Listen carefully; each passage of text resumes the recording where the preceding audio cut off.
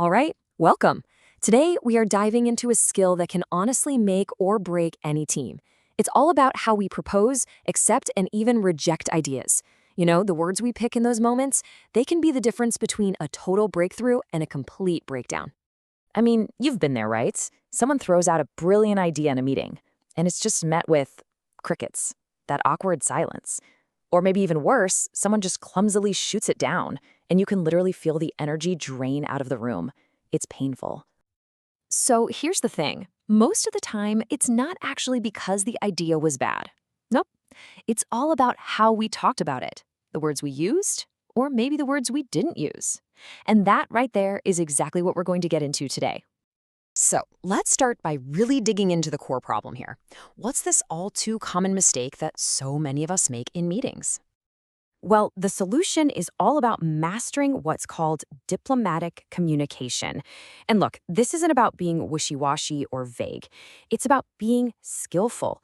It's this amazing art of taking a situation that could turn into an argument and instead transforming it into a really productive, collaborative chat.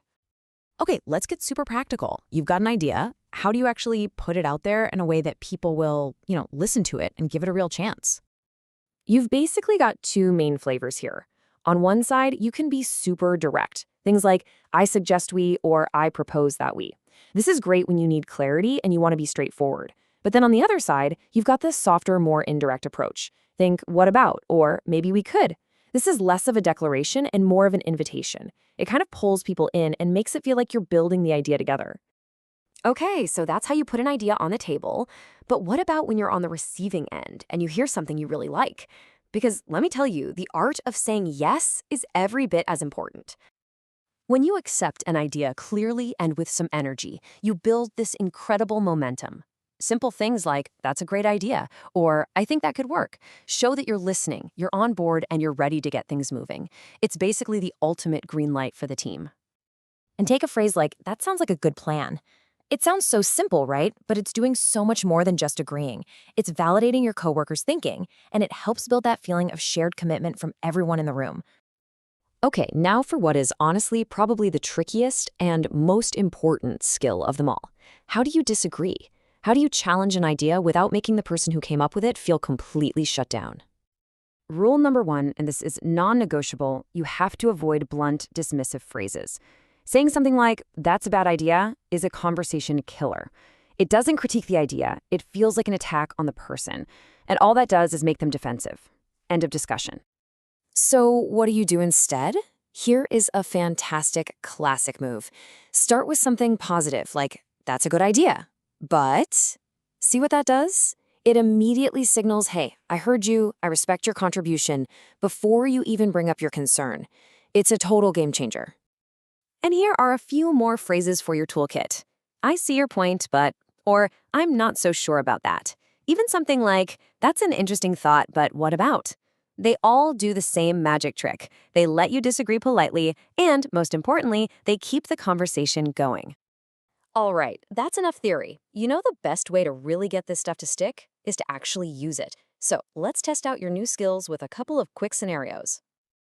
Okay, scenario one. Imagine your team's project is running late. Your colleague, Anna, wants to suggest hiring a freelancer. How can she say that without sounding like she's just barking orders? Well, the perfect way to do it would be to use one of those softer approaches. Something like, what about we hire a freelancer to help? See, it's not a command, it's a question. It invites the team to think about it together. Okay, let's try a harder one. You're in a tense meeting and someone just drops a, you're wrong, we can't do that. Ugh, that just stops everything dead in its tracks. So how do we fix that? How can we turn that into something actually constructive? A much, much better way to say it is something like, I'm afraid I don't agree with that as. Right away, you're shifting the focus. It's not a personal attack anymore. It's about the idea. And that little word as is so important because it signals that you're about to give a reason, which is the whole point of a healthy debate. All right, how about this one? This is another one you hear all the time. That's a bad idea. It's too expensive. Just boom, conversation over. How can we make that better? Okay, try this instead. I see your points, but I'm not sure that would work because of the cost. See that massive difference? You start by acknowledging them, I see your point. Then you're not calling their idea bad. You're just pointing out a practical hurdle, the cost that you can maybe solve as a team. It completely changes the dynamic. So let's wrap this all up. We're going to take everything we've talked about and boil it down into a simple playbook that you can literally start using in your very next meeting. Really, it all comes down to these 3 key moves.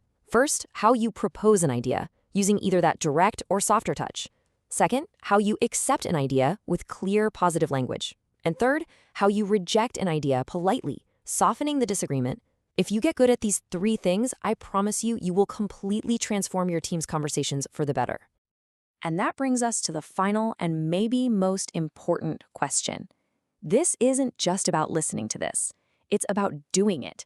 So I want you to think about your week ahead. Which conversation, just one, are you going to try to improve? Where can you use one of these phrases to make a real difference?